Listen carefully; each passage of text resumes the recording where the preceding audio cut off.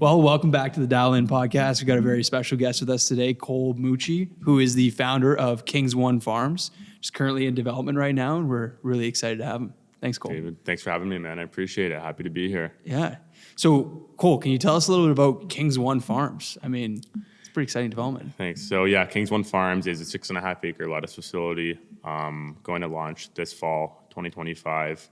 Like I said, 6.5 acres, fully automated lettuce facility in Kingsville, Ontario, growing whole head lettuce for the East Coast and the Midwest. Yeah. I saw you guys are doing 210,000 heads of lettuce a week, which is like 11 million a year. Yeah, 11 million a year. That's pretty impressive. A lot of lettuce. We're moving a lot of lettuce. Yeah. So you grew up in the industry, you're third generation, you've been in it nearly your whole life in the greenhouse industry. Why lettuce? Lettuce? Why lettuce? A lot of people ask me that. There's a demand in the market, simple as that. I mean, a majority of your lettuce comes from the West Coast, so Arizona, California. It's a 3,000 to 4,000 mile truck ride by the time it gets to this side of the country. Yeah.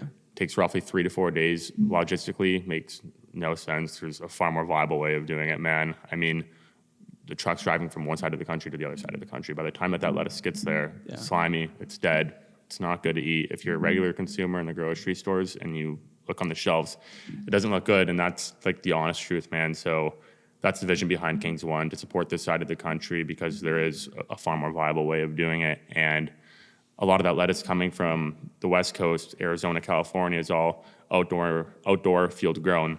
Yeah. KingsOne, fully controlled greenhouse, fully controlled climate, no pesticides, non-GMO, and that also goes, a long way, I think, because of our generation, right? You're 27, I'm 23. Mm-hmm. We both know that our generation's super health conscious. Yeah. And I mean, it seems that way for sure. So yeah. I think that greenhouse grown is definitely, the future. Yeah. I know me personally, I have Mucci products in my fridge. I've been having them for years. My family, my nonna lives by Mucci tomatoes, right? So what was it like growing up in, or the company now where it is today versus where it was when you were growing up? It's pretty crazy, man. Just seeing like it grow, watching my family grow the company to, just a few acres to now, I think operating around 700 acres of greenhouses here in Canada and in the US. So, man, it's just crazy to watch, my father, my uncle, and, his partners, turn Mucci Farms into the biggest produce company in North America. Yeah. And, I've learned a lot watching them along the way. So very thankful and blessed. Yeah. So, and you learned a ton, boots in the ground, which is a core value here at SCELTA. Is like a lot of what we learn about our clients and about the businesses happens on site. And you spent most of your early life on site, and you still do to this day. We were just talking about your new development, and you're on site every day. So what has it been like learning boots in the ground? It's been a lot, and it's great. Every day I'm learning something new, and paving my own path here, and kind of creating my own venture and taking this route. I've learned a lot even this past year. KingsOne is not operational yet. It will be, like I said, in fall 2025. Okay. But man, I haven't even started, and I've learned so much just through the construction phase and everything. And like I said, I'm super thankful. And a lot of these things that I'm learning now, I don't know if I would have learned before. So it's learning every day. Man. Yeah. And especially, I have to give a lot of credit to my father for teaching me, his ways, and he's done a lot. And he, sometimes we don't always agree. Yeah. And I think that's just a father-son thing. And, sometimes I'm 23 years old. Yeah. So even when my dad's right, sometimes I still don't agree. Yeah. Right. So it's been a learning curve for sure, but it's great being there every day, boots in the ground, mud, dirt, all that, man. I've had my first employee hired around 2 weeks ago. So him and I have been doing a lot of the dirty work right now, but it's all good. Yeah. I can definitely relate with learning from your dad growing up and having some disagreements here and there along the way. Yeah. But, just setting that path for you to grow and to learn, giving you the opportunity to do that. Mentorship is so important. I know, even starting my company and you and I talking about starting your company, how, you've had mentors, your dad being a mentor. And I'd love to dive in a little bit deeper into, some of the great lessons that he's taught you and some of the advice that he's given you in starting your own venture. Yeah, man. My dad's given me a ton of advice, and, a lot of it, to this day, I use it every day, just being able to surround myself with the right people, I think, is a huge thing. That's definitely top 5 for me. Surround yourself with the right people, right? Because that's who you're going to be. That's who you're going to be like. So I'm very lucky and blessed. I have a great friend group, a lot of people who are very passion driven, good values, and I'm super thankful for that. So definitely surround yourself with the right people. He's obviously taught me good work ethic. Just keep on going, roll with the punches. Something happens, keep on going, man, because you'll get there. Just you won't get there if you give up, but you'll get there if you keep on rolling with the punches. So that's something I've learned from my dad for sure. And with KingsOne, I mean, there's a lot of stuff that I've already had to deal with, and I think it shows you that giving up is too easy. So just keep on going. Yeah. And it sounds like you guys have a really strong team over at Mucci that you've been able to learn from multiple different leaders. So many different people in sales, marketing, operations, on the greenhouse floor. Absolutely, man. And Mucci Farms is a huge company. There's so many different, sections in that company and jobs. So I'm able to learn a lot with the marketing, with the sales, with the growing operations, all of that. So it's definitely given me a lot of knowledge for what I know today. Yeah. And you're currently building your team for KingsOne, right? I am, yeah. So when it comes to starting your own greenhouse and starting, your own development like that, what kind of key team members do you need to get yourself off the ground? Key team members, a head grower, a good maintenance team, because KingsOne, the 6.5 acre facility, is 100% automated inside of the greenhouse. So with automation comes maintenance, right? And for those people who don't know, what is an automated greenhouse versus a traditional greenhouse? So a traditional greenhouse is mainly, you have your general labor inside the greenhouse, harvesting, planting, seeding, clipping, winding, and that's for your typical vine crop greenhouse, tomatoes, cucumbers, peppers. This greenhouse is a little bit different because it's a lettuce greenhouse, right? Whole head.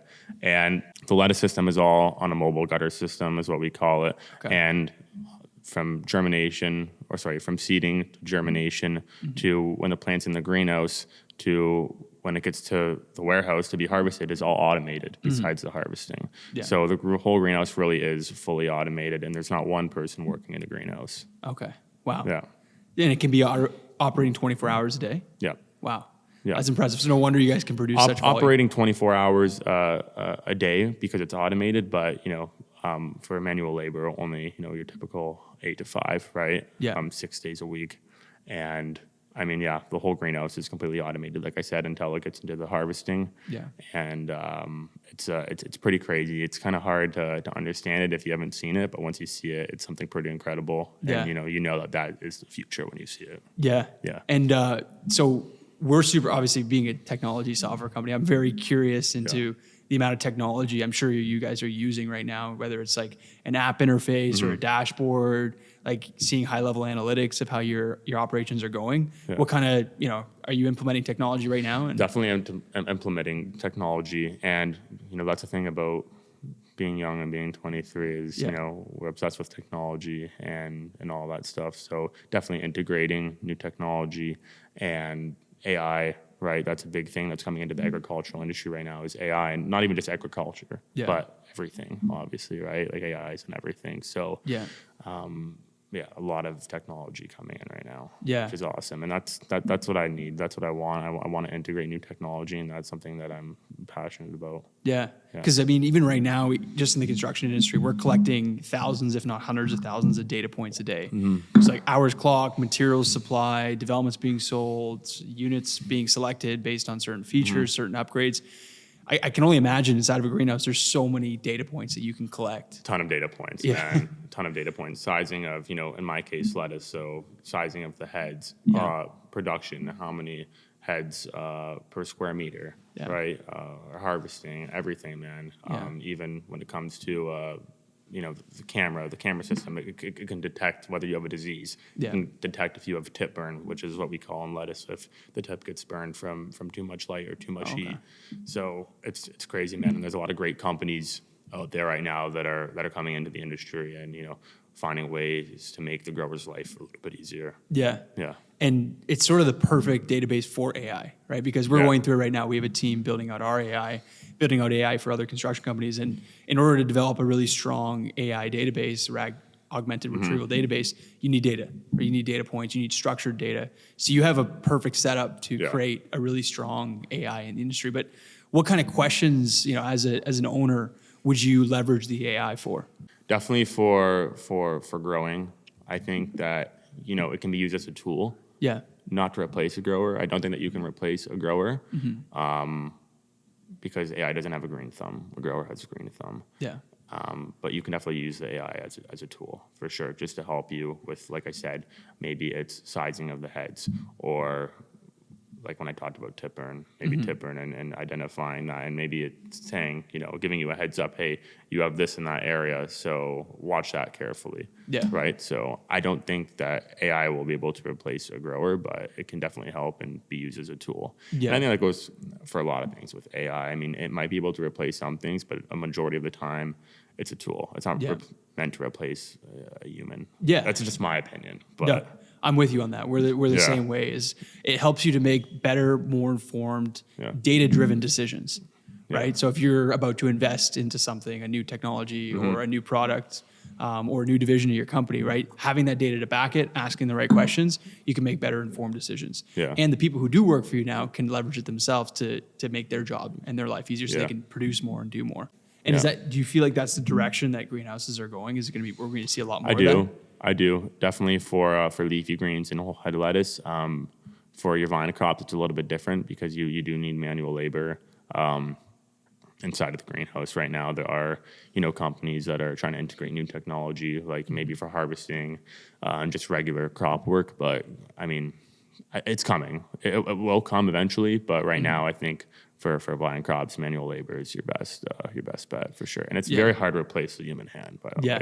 Yeah. So, until we have fully functioning robots, but exactly. not in our lifetime. And that goes back to just talking about AI and people trying to replace manual labor with technology. It's a hard thing to do, and I don't know if that can be done, but it can be used as a tool. Yeah, like I said. Yeah. Have you been traveling, doing some market research, going to look at other facilities? Traveling recently? A lot, man. Not so much looking at other facilities, but just in Europe, a lot of our innovation and technology comes from the Netherlands. So a lot of trips to the Netherlands. Yeah. And that's pretty much it. But a lot of the infrastructure for greenhouses is right here in Southern Ontario. So I don't have to do much traveling besides going to Europe. A little bit, but yeah. Yeah. Are you integrating a lot of AI too? Like, is that something that you look into, or I mean, I guess you have to look into it. But. Yeah, 100%. So we started with field management platforms, configurator platforms. So we were saying, what's the most popular hardwood that's selected on our configurator? What's the most popular tile? How long does it take for a buyer to make a decision when they see a floor plan and when they see a set of finishes? Like all of those pretty analytics. Unbelievable. Yeah. Even for plumbers and electricians and carpenters who use our software, bricklayers. I mean, we have one company who's they're a masonry company, and they track every brick that's laid per day, right? With 80 something laborers who are putting those bricks up. And it's just understanding efficiencies, understanding which cost codes are causing the most, profit or loss in a job. I mean, there's so many things you could ask.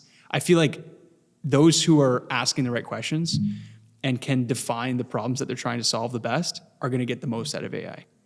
Is prompt engineering, right? So if AI is available to everyone now, but it's really those who ask the best questions who are really going to make the difference. And I think that you, with your industry knowledge and industry expertise, only you know what you need to know about the AI that you're using, right? Yeah. I mean, I definitely am a big ChatGPT guy, Yeah. really, but again, I use it as a tool, right? Maybe I'll use it just to help me with emails, because sometimes I have 100 emails to reply to, and I'm like, I can't reply to all of these. It'll take way too much time. So, I'll use ChatGPT as a tool, right? Just to, help me reply to a lot of them, because it saves time, man. Yeah. So, why not?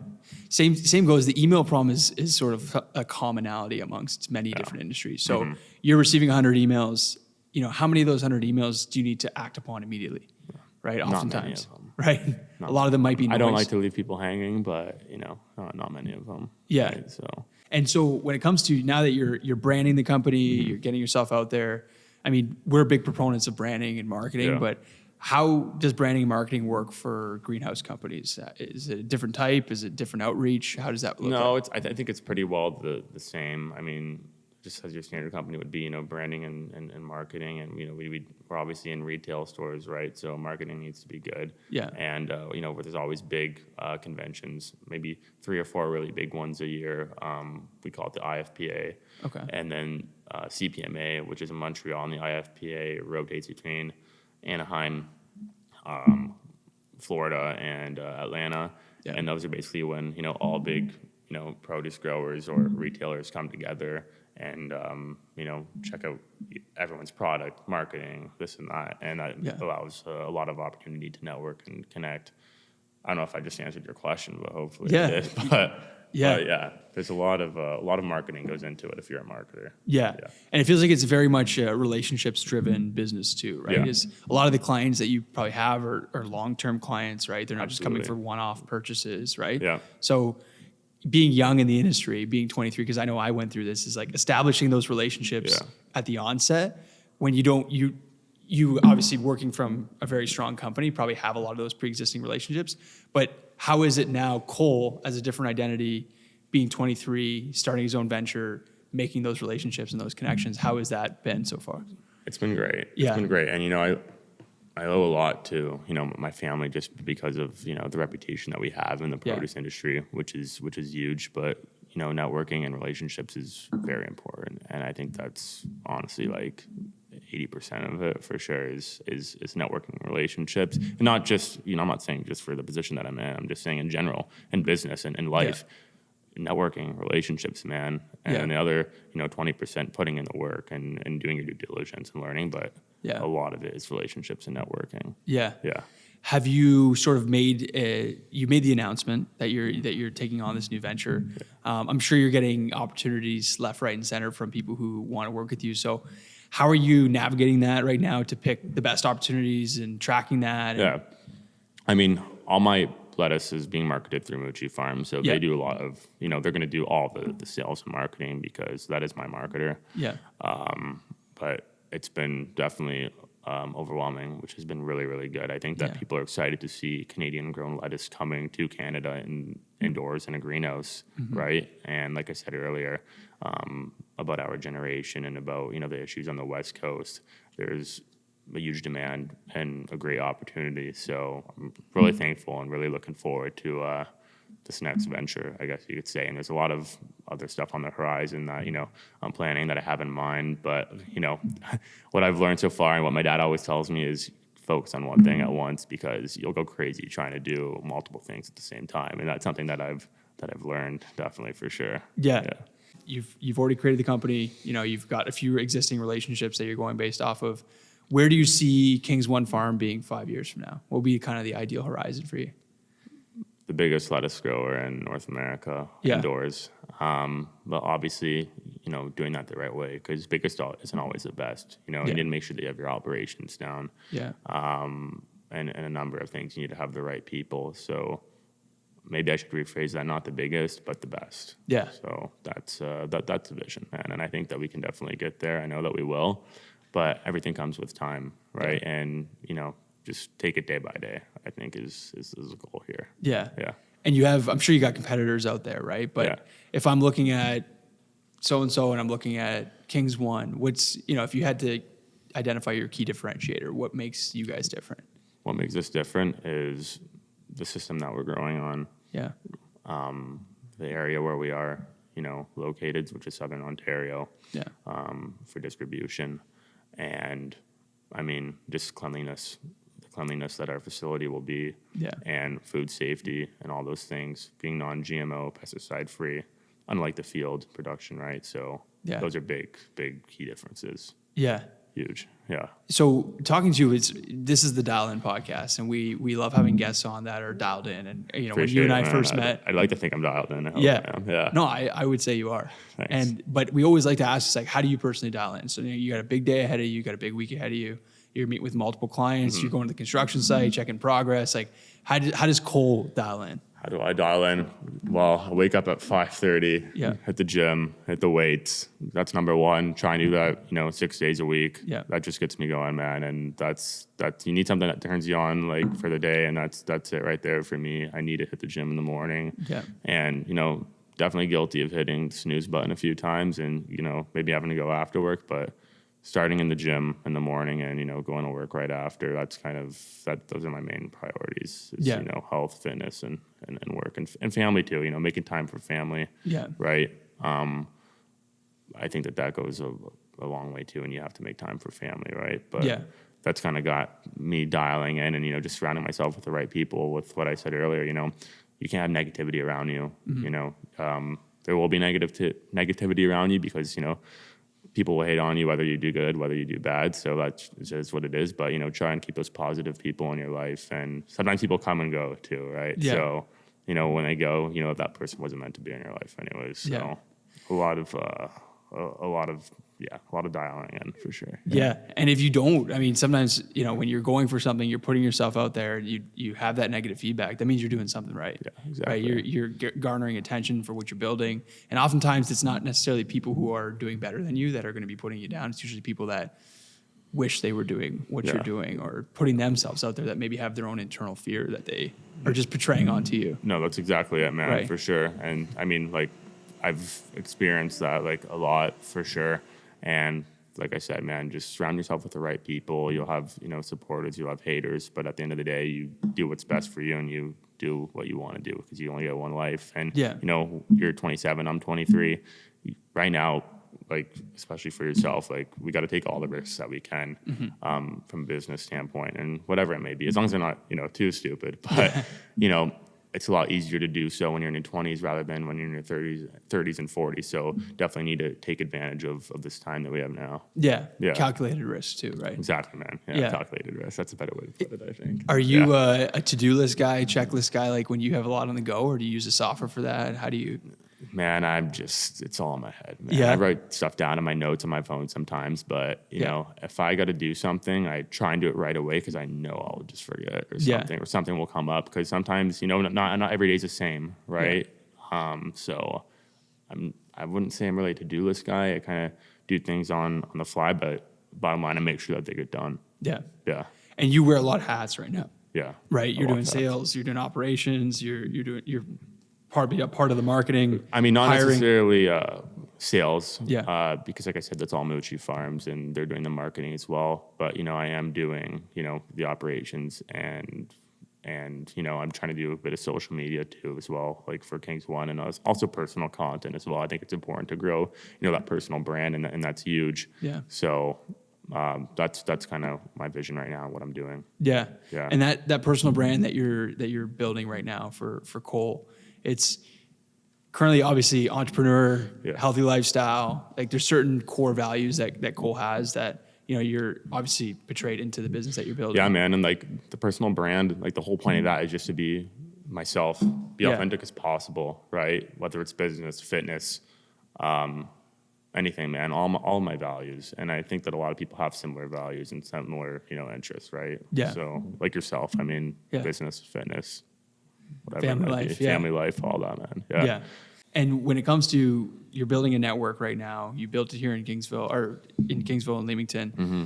When it comes to other young entrepreneurs like yourself, right now, obviously you and I connecting, there's a few others that we're connecting with. Yeah. How do you see, young people being able to collaborate and kind of pull together what we know and help each other out? I think just, pulling together and collaborating as far as maybe just, developing that circle, right? Yeah. And surrounding yourself with the right people.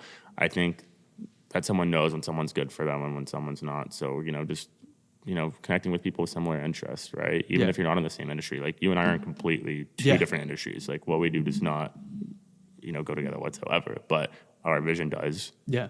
We have the same mentality. Yeah. So that gives us a lot to talk about, right? Right. So whether I'm growing, lettuce and, you're designing homes, it's the vision, right? And what we want.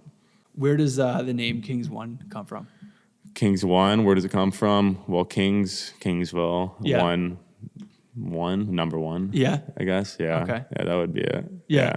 I like that. Yeah. Yeah. I'm always curious with the company names if there's an inspiration story or it's just a great name. What is SCELTA? Actually, how did you come up with SCELTA? So SCELTA was actually coined by my nonna. Okay, nice. So Nonna was one of the first users of our software. Awesome, man. When I was building out the first configurator, I was helping Nonna move into her dream home. So we were building her a ranch. and I would drive her around the city to different showrooms, and I'd say, okay, no, we got to pick out your cabinets today, or we got to pick out your handles or your tiles. So I'd lay out all these selections in front of her and say, okay, we got to pick one. And someone would be standing over her shoulder and be like, okay, Maria, it's time to pick out your handles. And my nonna would whisper to me in Italian, like, they're not giving me any scelta, any choice. They're pushing me into a decision, right? So then I thought, this is a stressful situation because this is a forever home. Yeah. One of the biggest purchases of your life. There should be more transparency. So when I built the first configurator, I actually built an iteration for Nonna. So I showed her her future home. So one day I came to her house, I put it on her TV, and I said, "That's your start picking handles." Right? Nonna's like, "Well, what am I looking at?" I'm like, "That's your future kitchen." So Nonna started clicking on the screen, changing handles, and she had this big smile on her face. And she's like, "You finally given me scelta, the potere di scelta, which means the power of choice." It's awesome, man. So Nonna was the inspiration. It's a great story. It's a great story, man. Absolutely. Behind the name. Awesome. Yeah. So you never know where you're going to find these opportunities, because a lot of great businesses like you, for example, you saw there was a hole in the market, there was a pain in the market. Yeah. We're getting our lettuce from across the country. By the time it gets here, it's slimy, it's not so good, right? Same with SCELTA. Like, there was a pain out there. I knew that visualization of your future home, coordination of trades, coordination of buyers. There was a hole. There was a pain. There was a hole. There was a gap. Yeah. And that's how a lot of great businesses are formed, right? And I think that you're fulfilling that need in the industry, and I think that's why you've had such great early traction and commentary from everyone.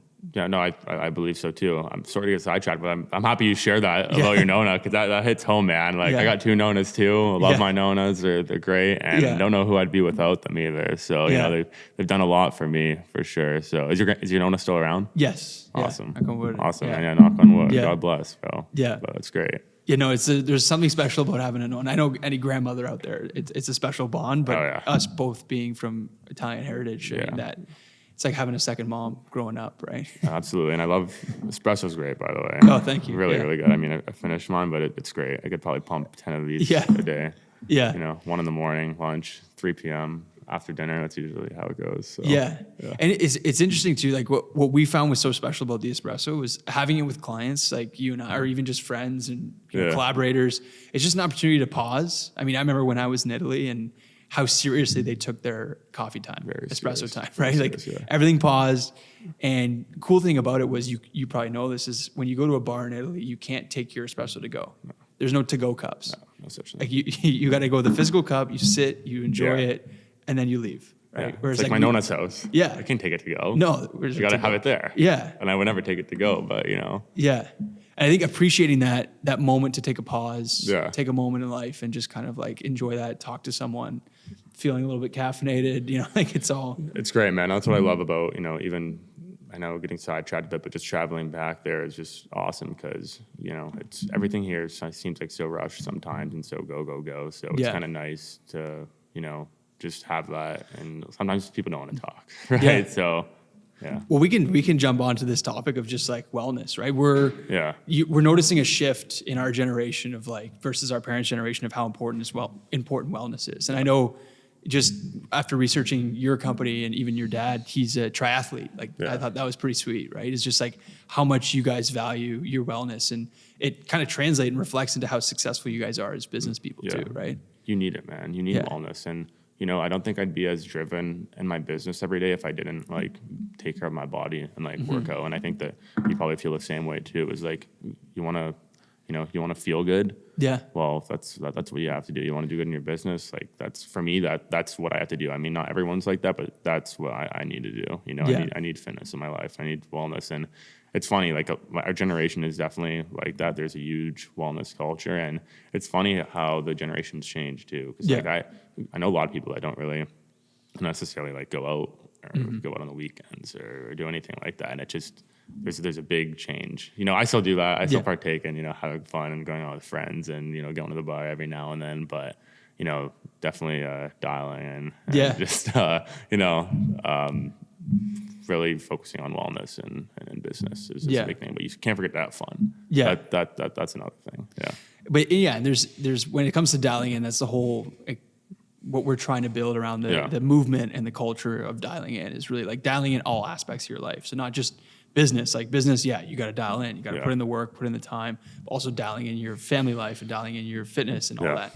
And I feel like this might be a silly analogy, but like with your lettuce, if you didn't give it the nutrients, the light that it needs, the care that it needs, you'd have a shitty product, right?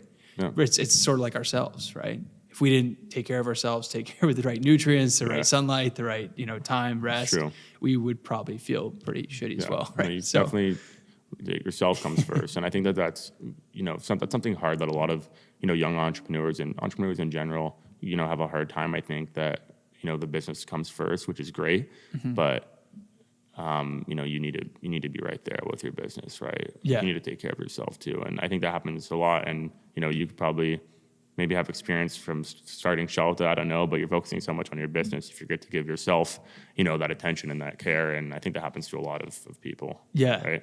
In the early days too of SCELTA, I mean, it's not been a long time, but looking back a couple of years before, I mean, it was sort of this like hustle culture, this grind. I never really liked the term grind, right? Yeah.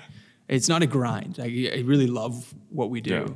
It's more, I feel like as we get a little bit older, more, maybe established in our companies, it's more realizing that running a company is sort of like the scariest, but also most exciting thing that you're ever going to do, right? Is with your business. And being a well-rounded individual will actually, you might feel like, I could always be doing more. Yeah. But by taking a step back, taking a pause, doing what you got to do, spending the time with your family, doing that, you everything around you just ends up being That's stronger. so true, man. Like taking a step back and just, taking like a breath of fresh air is like sometimes one of the best things that you can do for yourself. Cause like, I'm like that too, man. Like, hustle, like grind, like no days off, but then sometimes I'm just like, this is not the right way to go about this and to do this, right? Like you need to have, that balance, right? Yeah. So it's super important. Who are some founders, business owners, CEOs that you look up to? I'm sure your dad being one of them, but definitely my dad for sure. Not in our industry, probably. I'm looking a lot at Midday Squares. Yeah. They're a chocolate brand. J. And Carl's. they're doing, J. Carl's. Yeah, he's doing some pretty cool stuff. And I like, the culture that they have there. Super Gen Z and targeted towards our generation. And not to mention they have a great product and a good vision, I think. Poppy, who, just sold for, I think it was like $1 billion. To Coca-Cola. Was it Coca-Cola, I think? I believe it was Coca-Cola. That was... there's a lot of cool stuff that I've been keeping my eyes on, and it's pretty awesome. Yeah, well, to make a parallel between you and J. Carl's, he brings a really fun, fresh, exciting work environment, and not to create any type of stereotypes. When I first thought greenhouse, and I saw a young guy who's bringing his own fresh perspective to greenhouse, when I envisioned greenhouse, I thought like a lot of family legacy businesses. But it seems like you're bringing a technology angle, you're bringing a young, fresh perspective angle to the industry. So I think it's. Would you say it's outside of the norm to do what you're doing? Yeah, 100%. Totally. No, because no one in our area has done it here in Southern Ontario. Back to the Midday Squares thing, like you said, the culture and everything and the content that they're putting out is great because it's showing the wins, it's showing the losses, and I think that's really important. And what people like and what viewers like to see is, just seeing all of that behind the scenes, right? And how that person is so authentic. You mentioned authenticity and behind the scenes and doing that. Are you planning on doing a little bit? Because I'm sure there's a lot of listeners out there that are curious to watch your journey as you build this out. Are you planning on doing some behind the scenes content? I am. Yeah, I do a little bit right now, like on TikTok or anything. Yeah. It's not super professional. It's just like myself recording, but I'm definitely going to put out some more. Content game is a whole different, job. Yeah. So, which is all good. I think that you need to do it this day and age and this generation, and that's, what people look for. So it's great, and I'm going to keep on doing it for sure. Keep out pushing out content, keep on building the business, and just showing everyone and being real. Yeah. Right? That's a big thing. Yeah, I mean, because there's a lot that goes on behind the scenes that not the glamorous stuff that There's a lot of stuff that's not glamorous. Yeah. A lot of stuff that's not glamorous, yeah. Yeah. But you're that's doing part of it. Yeah, totally. I mean, I can remember too, just the early days, the late nights, but that's really where you bond with people too on your team. Like I'm sure you're going to be very close to your team. I know that we had some all-nighters when we have to launch products, but it goes a long way. Sometimes, and sorry to cut you off there, but, sometimes the negative things that happen turn into a positive, right? It's a big learning curve, and, sometimes it benefits everyone because everyone on your team learns, right? So, the negative things aren't always bad. Yeah. If that makes sense. Yeah, right? well, you could look at every failure like a lesson. Exactly. Right? That's a better way to Yeah. put it. Yeah, Yeah. exactly. And so if anyone wanted to, get in touch with Cole, follow your journey, what are kind of the best ways to do that? Yeah, definitely. You can follow me on Instagram at, just my name, Cole Mucci. TikTok is also Cole Mucci, and I'm on LinkedIn as well. That's pretty much it. My main 3 social media platforms right now, and like I said, I'm going to keep on posting, keep on putting out content, and I think it'll only get better from here for sure. Yeah. Yeah. Does KingsOne have a website that? Yeah, you can sorry, visit? KingsOne does have a website as well. So Yeah. it's being built right now. It'll be up in about 2 months, but KingsOne also has Instagram and TikTok as well, all KingsOne Farms. Yeah. Cool. Yeah. There's been some great news media releases I saw. Yeah.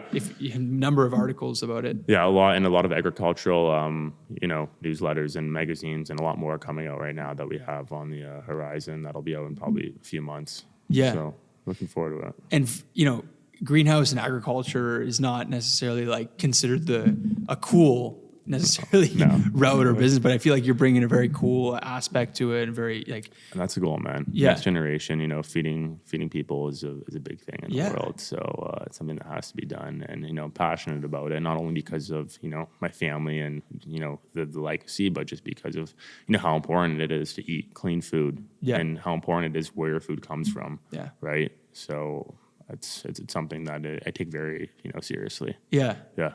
And I can tell you, it's not often you're in an industry that touches everyone, right? No. You're in an industry that your end product goes to, it affects everyone. Everyone in the world. Right. Everyone in the world is eating, Yeah. vegetables, salad, lettuce, whatever it is, right? So Yeah. Yeah. And love what you've done with the branding so yeah, far. thank you, man. I appreciate it. Yeah. Yeah. I'm excited to see how that translates and grows. And Thank you. Yeah. Yeah. We got some cool hats coming. We got some other stuff coming too, but the merch game is going to be strong. yeah. Which is definitely unique. I haven't seen many others take that No, approach. not a lot of people have. Not a lot of people have. Yeah. Yeah.